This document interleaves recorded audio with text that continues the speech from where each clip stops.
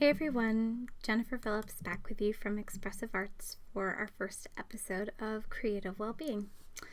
So, when we think of the word well-being, we usually think of being healthy or happy, comfortable or content.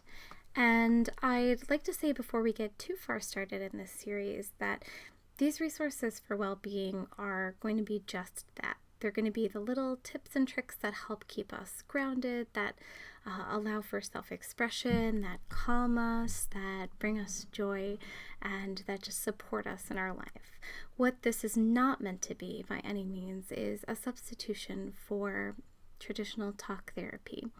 If you're struggling, as so many are under the circumstances that we're facing during this pandemic, there are other resources that exist that may be helpful for you in conjunction with this series. We've linked some of the resources below in the description box, so please do check them out if you think that they might be something that might benefit you. It is necessary, vital, really, to our well-being to ask for and accept help when we need it. And asking for help doesn't show weakness in any way, but rather strength. It is a powerful thing to take the necessary steps to live our best life.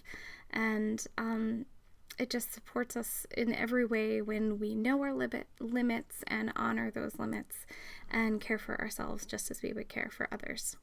With all that said, we are so excited to have you with us for this wellness series.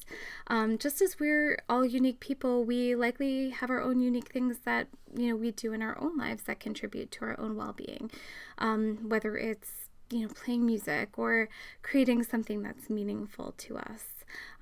Exercising, being out in nature, mindfulness, meditation, cooking gourmet meals. That's not me. I'm a terrible cook, but if that's your thing, then more power to you. But the list goes on, honestly. The point is that we all have our own unique ways of grounding ourselves and of relaxing and, of caring for ourselves with intention. We'd love to hear from you, by the way, to see what supports your life. Please let us know if there's a topic or resource or activity that you'd like us to include on this channel, because we'd really like to make this something that is meaningful to you, not just what we think that you may want to do or learn about. Anyway, since we're just getting to know each other, I'd like to start today with some things that I have personally implemented in my own life, not only in the last few weeks, but more so in the last few weeks, that have been really, really helpful for me, especially during these times. One thing that I have found to be super helpful during this quarantine is to provide for myself a lot of space for self-expression.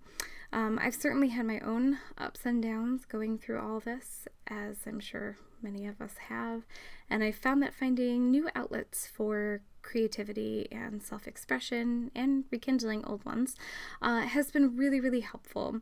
While I've always loved music, I have never really taken time to explore other arts, particularly visual arts, until recently when I started drawing and painting. See the chinchilla behind me. I've also just rekindled my love for songwriting. I've been writing songs for years, and I just hadn't been finding the time or really making the time to do so before I was stuck at home and started doing it again, and it has made all of the difference. Those are definitely some, positives that have come out of a rather difficult situation. Another thing that has been really wonderful for me and for my children, I have a 5 and 7-year-old, is some mindfulness and meditation. Just a few minutes each morning to really ground myself personally and kind of set the intention for the day. And when things do start to feel overwhelming and stressful, I can kind of come back to the breath just in that moment. And it doesn't mean that those feelings are gone. It just means that it kind of allows me to see them, to take a deep breath, and to move on. There are a few good apps that you can use, free apps for iOS and Android. I personally love the Calm app and 10% Happier, and just recently started using Headspace as well. So all of those are, are definitely apps that you can check out. And like I said, they're free. They're free versions, I should say. And I find that there's a lot of content there that has been really wonderful and very helpful for me. Another thing too is that, this was great for my kids. We made a glitter jar for those of you, or a calm down jar, some people call them. For those of you who might not know what it is, it looks like this. It is literally just glitter and water. For this one, I actually put a little bit of glitter glue in as well, but I think I put too much because it falls pretty slowly. So glitter and water will absolutely do the trick, and you just shake it up and then you just let it fall, and it's kind of nice to just have that to focus on for a second. Plus they're really fun to make. Pro tip though, do glue the top down, especially if you have a 5-year-old like I do who likes to shake it very vigorously. Do make sure that that's glued, because we have had glitter messes and glitter takes forever to get out of things. So anyway, but that has been just kind of really wonderful and a kind of great, focus point. And it takes a couple minutes for it to fall, and it's just been really lovely. One thing that I would like to do today is to end this video with a short exercise in mindfulness.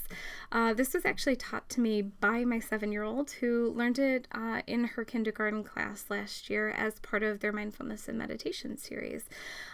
So it is called 5-finger breathing. And it's something that we use in my house kind of before bed every night to just calm ourselves and to bring awareness to the breathing and to just kind of chill and relax our bodies. It's not at all meant to slow your breathing, I guess I should say that, but more just to recognize it and to feel your body and to focus on that in the moment. So I'm going to walk you through it right now. It's pretty simple and it only takes a couple of minutes to do. And it's just, one of those really nice, easy, calm down tricks that's worked really well for us. So if you have, I meant to say, you can do this on a piece of paper, but you certainly don't have to. Like I said, we do it before bed. So you put your hand, one hand up, and the idea is that you're going to trace your one hand with your other hand.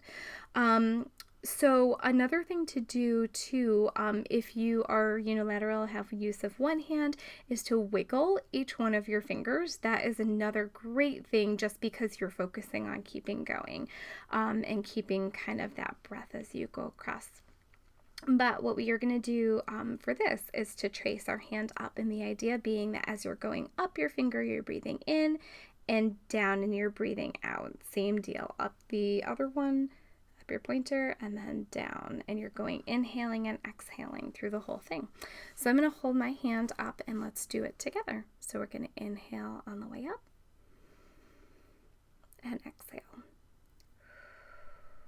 And inhale. Exhale. And up.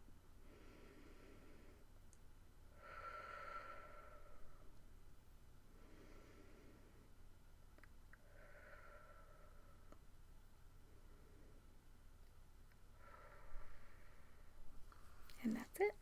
Pretty simple. You can repeat it as many times as you need to, and I think you may find that your breath will get slower as you go on, but like I said, it's just to draw the attention to the breath, not at all to try and change anything, just to be aware of it.